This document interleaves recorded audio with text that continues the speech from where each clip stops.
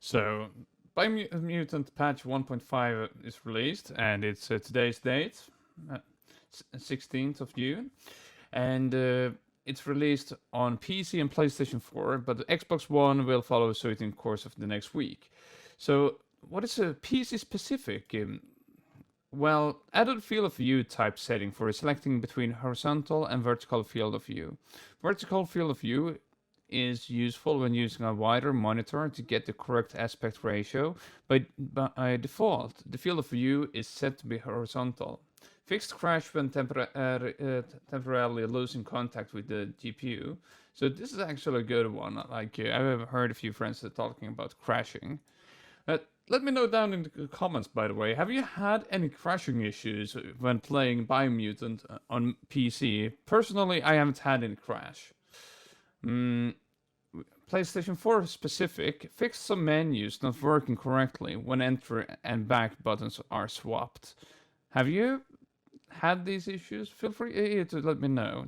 And by the way, I'm always answering 100% of my comments. I do. Think about it. I actually answer my comments. And they did also increase progression from 50 to 100. That is splendid. And when it comes to items and loot, in order to improve the loading experience, we tweaked how the loot generation works to reduce duplicate items and improve variation. We have also added several new items which have higher stats than their lower rarity counterparts.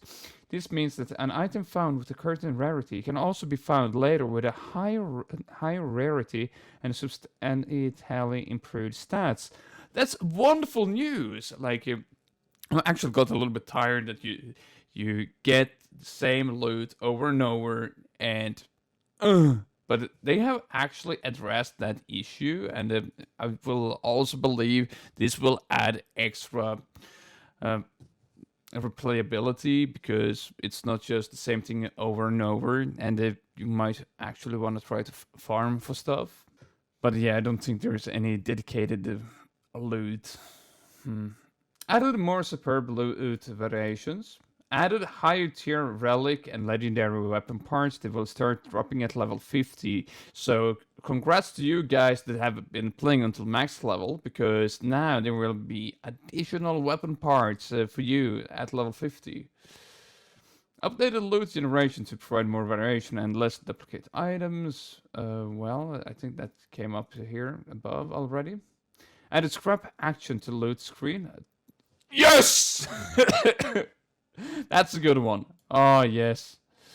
Added settings for hiding or showing head items. I have such an ugly helmet. So this is a really good addition. Increased damage of later tribe weapons to better fit player level and gear. Okay, well, they go from level 50 to level 100 cap, so I think that this is good, because the tribe gear is, or tribe weapon is kind of useless when you're getting a higher level. Removed add-on slots from special gear that can't be scrapped, lost, or crafted with. Fixed issues which allowed an unlimited material supply to be gained from crafting. Infinity loop? Ah, shit, we missed out on that one. I wonder if the spiffing Brits did expose this. Fixed missile cloud to correctly fire on every fourth shot during rapid shot in Super Wushu. Updated saw blades to have a lower spread, higher velocity, and correct pierce through enemy behavior. I tried saw blades. It was useless, but now after the update, it might actually be useful. Fixed pitch nunchuck being hidden in inspect mode. Fixed issue where it was possible to equip another one-handed weapon when the pitch nunchuck was already equipped. Ah, damn it! Fixed issue which caused Valve add-on to have a higher stats than intended. Reduced resistance values for ancient pants to make other gear more viable. Well, it kind of makes sense. I've been running with ancient pants and nothing is better. Fix favorite consumable quick menu being scrambled when there are no free slots available.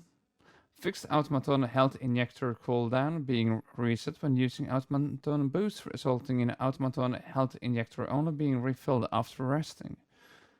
Oh. So, what have they added? Settings. Added HUD mode. Setting where it's possible to select either always show or dynamic. Selecting the dynamic option hides the persistent UI elements after a while outside combat. When dynamic is selected, the player can open either menu or quick menu for the UI elements to show up temporarily by default. The old always show behavior is selected. Added quick menu toggle accessibility setting. When enabled, the player isn't required to hold down the corresponding input to open the quick menus in order to use a consumable or swap weapons. Instead, the quick menu will open and close by tapping the corresponding button. Thank God, because it's kind of annoying that you have to hold down a button and then it just takes more effort from you, but just with one push, less effort. I like it. And by the way, breaking news! Have you heard about the like button? So yeah, if you're enjoying this video so far, feel free to press thumbs up on the video so YouTube knows that this video is a decent watch. And also, if you're enjoying yourself, feel free to subscribe to the channel. We are covering new releases in the strategy games on the channel quite often. And also, this YouTube channel is supporting my Twitch channel where I play some games on Twitch. You haven't heard about it. And then here on YouTube, I make guides for those games that I live stream. So if anyone has a question, I make a YouTube video about it. So yeah, welcome in and sit down, relax, and if you want to socialize down in the comments, I will always read and respond. Thank you. But yeah, dialogue and narrator. Please let me. Please let this be good. So, change so that just a few moves left, make them count. Narration is played with a change after the first time. Fixed issues where the conscious voice over was disabled when using the setting dialogue's narrator. Fixed issue where conscious characters would perform their animations in slow motion. Fixed first narrator voice line after character representation in a child village, not playing when gibberish was disabled. Fixed dev marker erroneously appearing in a Popsy dialogue text. What about the narration gets me go crazy option? So yeah, we have a few left. So we are at combat. Optional lock on target for melee. Added attack animation. Added ability for smaller enemies to throw rocks at the player when mounted. Hey, that's a nice one. And added attack animation cancelling its curtain moves by using dodge. Tweak the Porcupine double boulder throw attack. Now it's possible to dodge the second rock after being hit by the first one. Added a chance for the player to be knocked off their mount when hit. That is also a nice add. Fixed issues where the player could get stuck in grab animations. Fixed invincibility perk damage multiplier. Fixed stimulus perk damage multiplier. Fixed cases where airstrike would sometimes miss when using Clonk Fist. Fixed jump attack preventing ranged attacks while airstriking. Fixed red wisp being spawned while in menus. Fixed loop in camp intro cinematic being played when in combat. Fixed issue where escorted characters were attempting to target already defeated enemies. Fixed issue which caused Pichu goons to only use kick attacks. Now they use their Pichu nunchucks properly. Fixed issue where rocks throwing using telekinesis would not deal damage. Well, that is actually really good. Fixed critical hits from abilities not showing red damage numbers. User interface added indicators for completed area objectives on the map. Added a pinned indicator to items used in outfits. Fixed equipped indicators showing incorrect items after selling another item. Added a pause playtime when in the system menu or when the game is deactivated. Added initial quest tab selection, which opens either main or side quest tab based on the tracked quest. Fixed overlapping UI when changing tab directly after fast travel. Updated the transport menu with smoother transitions and removed the camera fades in between selections. Fixed the issue where pressing the map button would not close the map and bring you back to the game. But also they fixed person stats not being capped at 100%. Fixed XP bar not being hidden when at max level. That's a good change. I like it. So they also fixed a lot of the quests, New Game Plus, World, Crash Fix, and Miscellaneous. So when it comes to the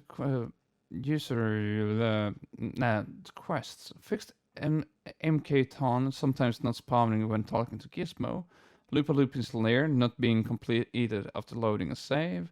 I actually had this issue. Issues where bandit camp quests sometimes would not be completed. Where bandit camp captains sometimes would not spawn. Actually, not seeing any of these. Have you had these issues? Issue where Lotus Captain quest could be given multiple times, which prevented consecutive quest copies from being completed. Issues where feeding a Bompa Bunker before starting the corresponding quest would prevent the player from completing the quest after saving and loading. There are some unique quest rewards did not get correct material and quality, resulting in them sometimes not having correct stats. Also for some puzzles being usable through walls using Clunkfist. Huh, really? Shit. Exploit much? Issue where the player could change the allied tribe after meeting with either Gizmo, Goop, Wiz, or Noko, although the first outpost hadn't been captured. I didn't know about this one either. Have you guys knew about this? Fixed Bat Nam Nam being able to receive a player damage. Eyes on the prize, which couldn't be completed after loading and save a game. Issues where the player could get stuck during an outpost capture when using the Clunkfist on the oil tanks. Fixed issue where the player was able to interact with Curtin Luminous Shrine during combat. Fixed issue where all rival tribe weapons were not claimable when using Tribe War shortcut. Yeah, I think I had this. But what about the New Game Plus? We added some modifiers which somewhat increased the difficulty after starting a New Game Plus game, and also additionally for each new subsequent New Game Plus loop. Fixed aura score not being reset when starting a New Game Plus.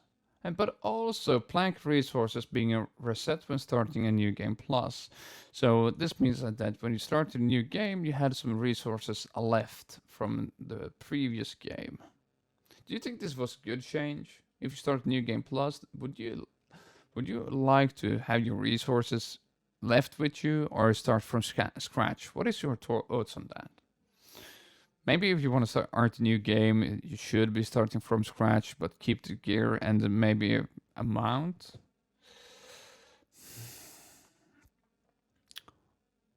World. Added respawning enemies to some areas. Increased spawn rate for random encounters. Also moved wrecked ship to the correct map location. Also fixed Bionucleus 6D area objective not being completable. Removed some locked door blocking access to area objectives in Bank Shelter 9H. Also fixed a card that couldn't be looted in Bank Shelter 3J. Fixed outdoor in Bank Shelter 2G so the anti-radiation switch can be received. Then we have the crash fixes. Fixed crash when character receives damage. When player is forced to exit MK Ton, when a player climbs up on an enemy. But it also fixed the crash when launching towards an enemy. but also fixing crash with narrator commentary. So I'm happy they have addressed these crash issues, because crashes is really annoying when you're playing games. Like you could screw up your save completely. Miscellaneous. Fixed appearance not being reset when reverting character mutation changes.